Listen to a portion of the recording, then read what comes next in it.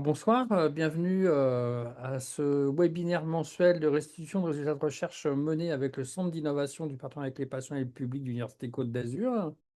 Ce soir, nous recevons Claudine Pagliano qui fait un stage au Centre d'innovation du partenariat avec les patients et le public cette année et qui a suivi le DU Art du sang en partenariat avec le patient, que ce soit le DU en ligne et le DU en présentiel. Et elle a, à cette occasion, parallèlement à la recherche qu'elle va vous présenter, mené la mise en place d'un portfolio de compétences patients, là aussi avec un portfolio de compétences pour les professionnels de santé par équité à la formation en ligne. Et elle nous aide à construire un outil de validation institutionnelle en prolongeant les travaux de Carole Beninati, qui avait fait aussi un stage l'année dernière et qui avait aussi sorti un mémoire de recherche que vous pouvez retrouver sur notre page sur les restitutions de recherche, donc sur tous ces webinaires. Donc Claudine est professeure documentaliste et a réalisé son master et je vais laisser présenter sa recherche. Merci Donc, ce Claudine. C'est travail s'intitule S'identifier comme patient ou patiente partenaire en l'absence d'une reconnaissance institutionnelle formelle. Un enjeu de la formation pour les étudiants et étudiantes patientes. Donc, ce que je vais faire, je vais commencer par contextualiser l'étude, puis je vais présenter les concepts qui la sous-tendent. Je présenterai ensuite la problématique et les hypothèses envisagées. Puis, je reviendrai sur la démarche méthodologique et je détaillerai les résultats hypothèse par hypothèse. Et puis ensuite, je terminerai en soulignant les limites de cette étude, mais également les pistes de recherche qu'elle ouvre. Alors, pour commencer, une première question.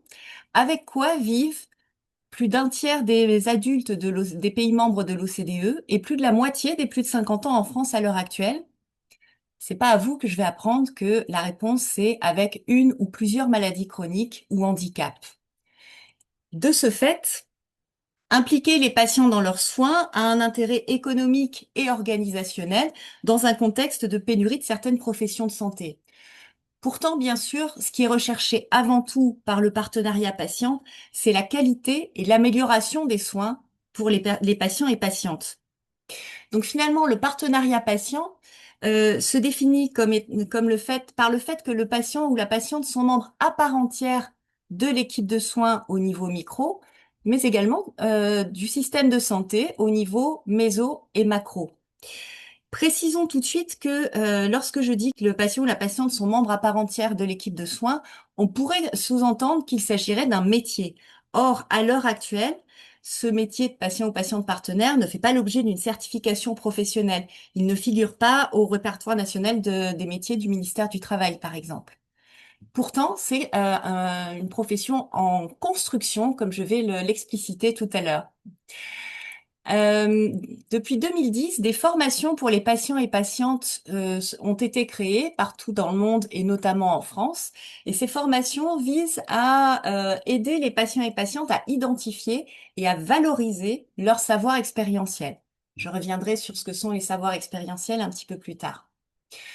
L'Université Côte d'Azur propose également une de ces formations au sein du département d'enseignement et de recherche en médecine générale. L'entité dédiée au partenariat qui nous rassemble ce soir, le CI3P, a mis en place deux DU Art du soin en partenariat avec le patient, deux DU parce qu'il y en a un en présentiel et un en ligne. Ces DU ont pour particularité d'accueillir un public mixte, à la fois des patients et patientes, mais également des professionnels de santé et des professionnels du social. Pour ma part, je vais m'intéresser plus spécifiquement aux effets d'une formation longue, comme l'est le DU qui dure plusieurs mois, sur la perception de la montée en compétences des étudiants patients et patientes, et la construction de leur représentation personnelle de eux-mêmes ou elles-mêmes en tant que patients ou patientes partenaires. Vous voyez ici que PP va référer dorénavant à patient ou patiente partenaire pour une facilité d'utilisation. J'en profite pour remercier ici les équipes pédagogiques des deux DU qui m'ont permis d'assister à différentes séances des DU et je remercie également chaleureusement tous les patients et patientes qui ont contribué à ce que cette étude puisse s'élaborer et puisse avoir la portée que je vais vous présenter ce soir. Alors, le premier concept que je vais convoquer à l'appui de cette recherche, c'est celui de savoir expérientiel, qui a été défini par Paumé et al. 2015 comme étant les savoirs issus de la vie avec la maladie, mais également de l'expérience de la trajectoire de soins et de services et des répercussions sur sa vie et sur celle de ses proches. Dumez et l'Espérance distinguent 5 catégories de savoir expérientiel parmi les 6 catégories de savoir détenues par le patient ou la patiente. Tout d'abord, les savoirs du corps incarné, c'est-à-dire comment les symptômes et les traitements ont un effet dans mon corps ou dans mon esprit. Ensuite, les savoirs de surveillance, lorsque j'observe une modification dans mon état de santé, comment j'adapte mes traitements. Les savoirs relationnels, comment je communique avec tel ou tel professionnel de santé. Les savoirs culturels. Quelle est la représentation que la société a de ma maladie ou de mon handicap? Enfin, les savoirs de navigation. Lorsque j'ai telle difficulté, auprès de quel professionnel de santé je dois m'orienter? Comment se passe une hospitalisation, par exemple? Seuls les savoirs biomédicaux ne sont pas considérés comme des savoirs expérientiels, mais comme des savoirs experts. Je précise aussi que pour que les savoirs soient considérés comme expérientiels, il faut qu'il y ait une réflexivité. En fait, il faut qu'on fasse sens de cette expérience de vie avec la maladie ou le handicap. C'est pas juste le vivre, mais c'est arriver à réfléchir dessus et à lui donner du sens dans sa trajectoire. Deuxième concept, le sentiment d'efficacité personnelle, ou CEP, qui a été établi par Bandura au sein de la théorie socio-cognitive. Et ça, c'est en fait la croyance que je peux avoir dans ma capacité à réaliser une tâche ou un ensemble de tâches apparentées. 4 piliers nourrissent ce sentiment d'efficacité personnelle.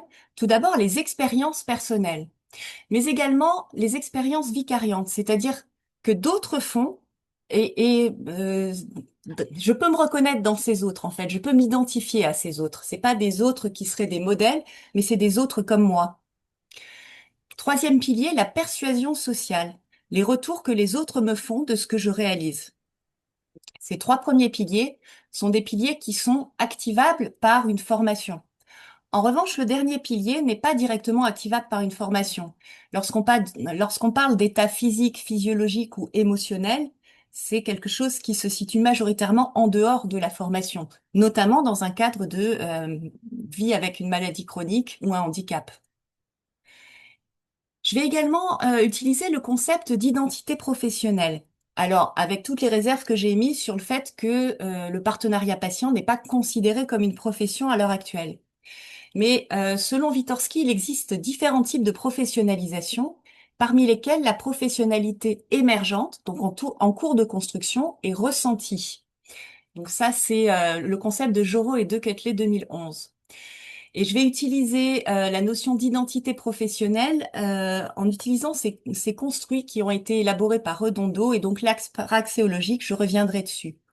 L'identité professionnelle, finalement, elle se définit comme une reconnaissance de soi ou un discours auto-évaluatif de soi en tant que professionnel, par identification à un groupe professionnel, donc ici par identification aux patients et patientes partenaires, et par différenciation par rapport à d'autres groupes qui pourraient être les professionnels de santé ou qui pourraient être les patients et patientes qui ne sont pas encore patients ou patientes partenaires.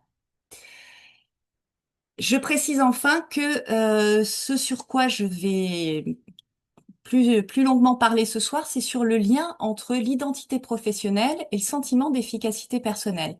Alors, la corrélation a été établie par Beckers 2007, mais le sens de ce lien n'est pas clair. Par exemple, pour Yao et Al, c'est parce que je me reconnais une identité professionnelle que ça augmente mon sentiment d'efficacité personnelle, alors que pour Sun et Al, c'est précisément le contraire. C'est le CEP qui a un impact sur l'identité. Tout ça nous amène à la problématique suivante. En quoi une formation longue comme le DU joue-t-elle un rôle sur le sentiment d'efficacité personnelle des patients et patientes, sentiment d'efficacité personnelle relatif à leurs propres soins ou aux soins qu'ils peuvent, à l'aide qu'ils peuvent apporter aux autres, mais aussi sur la construction de leur identité de patient ou patiente partenaire. Alors, 6 hypothèses viennent travailler un petit peu cette problématique. La première porte sur les motifs d'inscription au DU. Plus précisément, est-ce que construire ou consolider son identité de patient ou patiente partenaire est un motif d'inscription au DU?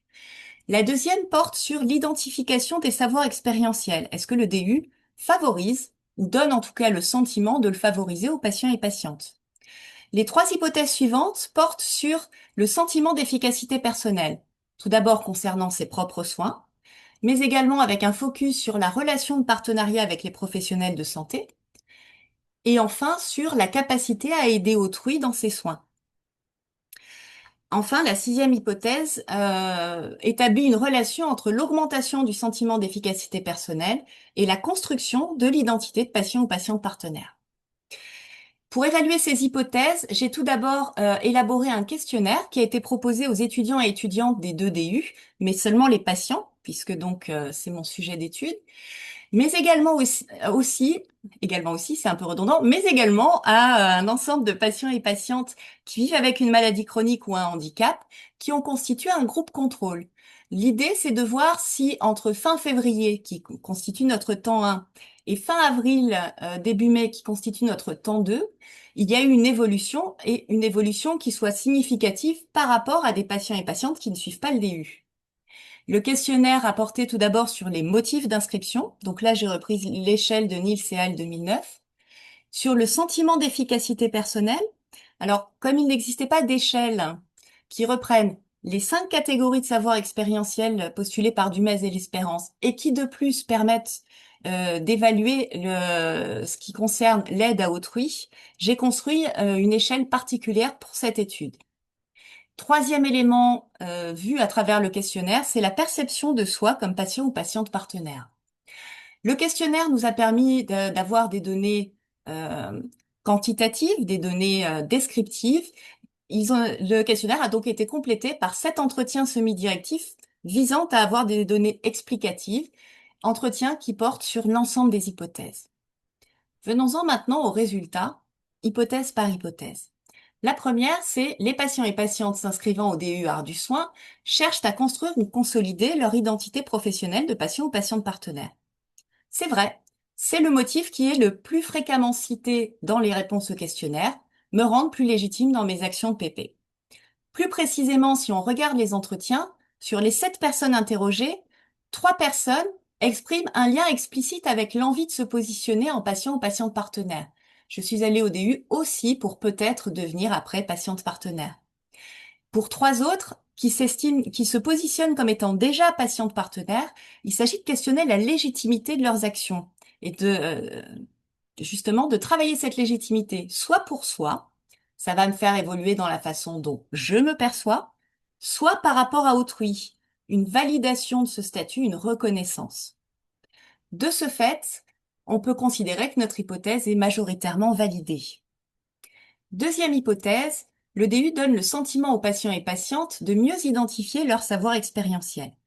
Précisons tout de suite ici que sur les 6 personnes qui nous ont donné des éléments de réponse pour cette hypothèse, aucune n'identifie l'ensemble des 5 catégories de savoir expérientiel. Au maximum, les personnes en identifient 3. Sur ces 6 personnes, 3 personnes estiment que oui, elles identifient mieux leur savoir expérientiel depuis qu'elles ont commencé le DU. Pour 3 autres, en revanche, ce n'est pas possible de conclure, ou en tout cas pas encore. Nous dirons donc que notre hypothèse est partiellement validée. L'hypothèse suivante porte sur le sentiment d'efficacité personnelle concernant ses propres soins. Alors là, nous avons pris nos données issues du questionnaire, nous les avons soumises à un test statistique qui s'appelle le test T-Student pour échantillon à parier.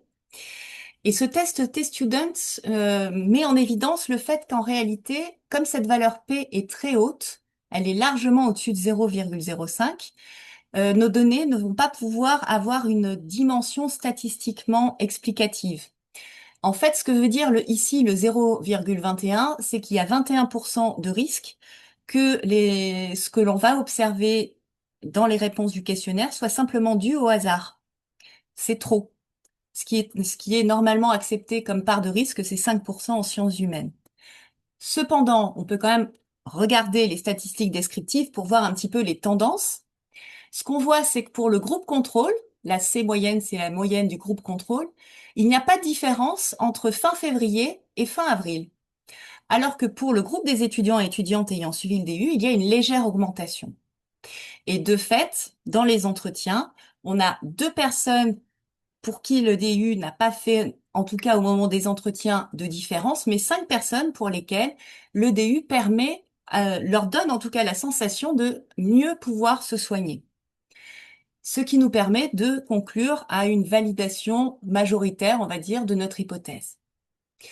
L'hypothèse suivante, le DU donne la sensation aux patients et patientes de pouvoir se positionner dans une relation de partenariat avec les professionnels de santé. Donc là, on a une augmentation d'environ 0,2 pour le groupe contrôle, mais de 0,4, donc plus importante, pour les étudiants et étudiantes ayant suivi le DU. Les entretiens nous montrent qu'il y a 5 personnes sur 7 qui estiment que le DU leur a permis d'apprendre à dire non, d'échanger, d'être plus dans une relation d'échange avec les professionnels de santé et aussi de mieux comprendre les professionnels de santé. De ce fait, on peut considérer que notre hypothèse est majoritairement validée. Précisons ici que parmi les 3 piliers du sentiment d'efficacité personnelle qui peuvent être actionnés par une formation, 2 sont manifestés ici, c'est la persuasion sociale et les expériences personnelles. Hypothèse 5, le DU permet d'augmenter le CEP des patients et patientes concernant leur capacité à aider autrui dans ses soins. Donc là, pour le groupe contrôle, on a une légère augmentation de 0,04, augmentation qui monte à 0,1 pour les étudiants et étudiantes ayant suivi le DU, donc un petit peu supérieur. Là encore, on a 5 personnes sur 7 qui estiment que le DU leur permet d'augmenter leur capacité à aider les autres, ce qui nous permet de considérer que notre hypothèse est majoritairement validée. Cette fois-ci, on a un seul pilier qui a été actionné, c'est celui des expériences personnelles. Dernière hypothèse enfin, qui met en comparaison l'augmentation du sentiment d'efficacité personnelle et la construction de l'identité de patient ou patiente partenaire. Alors déjà, pour la construction de l'identité de patient ou patiente partenaire, sur les 7 personnes que nous avons interrogées, il y en a 3 qui se positionnaient déjà, rappelez-vous, comme patientes partenaires. Ces 3 personnes-là estiment qu'elles se positionnent mieux grâce au DU, qu'elles ont augmenté leur perception de ce que c'était et de elles-mêmes comme patientes partenaires. 2 autres personnes estiment être devenues patientes partenaires pendant le DU. Pour 2, enfin, il n'y a pas eu d'augmentation de ce sentiment ou de création de ce sentiment, en tout cas pendant le DU. Comment ça se manifeste dans les entretiens? Ça se manifeste tout d'abord par des expériences, la praxis, qui ont été conscientisées, si bien qu'elles se manifestent dorénavant dans le logos. Les personnes se sont rendues compte qu'elles avaient vécu quelque chose qui leur permet de se positionner en patient ou patiente partenaire, qu'elles l'ont déjà fait, que c'est elles qui s'auto-accompagnent. D'autre part, on a aussi un certain nombre de phrases émises par les personnes qui tournent autour du fait de se sentir profondément patient ou patiente partenaire. Donc là, on est juste on est au niveau du logos. Je suis encore plus PP. On peut être acteur. Je suis PP fondamentalement. Donc, on a bien une construction de l'IP de PP. Cependant, notre hypothèse, c'était pas ça. C'était est-ce que l'augmentation du CEP euh, intervient dans la construction de l'identité de patient ou patiente partenaire. Et de fait, ce qu'on voit, c'est que les 5 personnes qui ont un sentiment d'efficacité personnelle en augmentation sont les 5 mêmes personnes dont l'identité de patient ou patiente partenaire a été créée ou renforcée par le DU. Donc on a bien une corrélation positive entre les deux. Cependant, rien ne nous permet dans les entretiens, dans les verbatims, d'affirmer le sens de la corrélation. Est-ce que c'est parce que les gens se sentent plus patients ou patientes partenaires qu'ils ont un sentiment d'efficacité personnelle qui s'accroît, ou est-ce que c'est au contraire le sentiment d'efficacité personnelle qui va nourrir l'identité de patient ou patiente partenaire?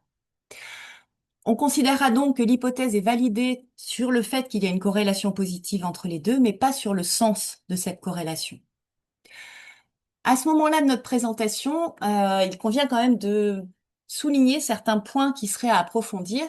Précisons déjà que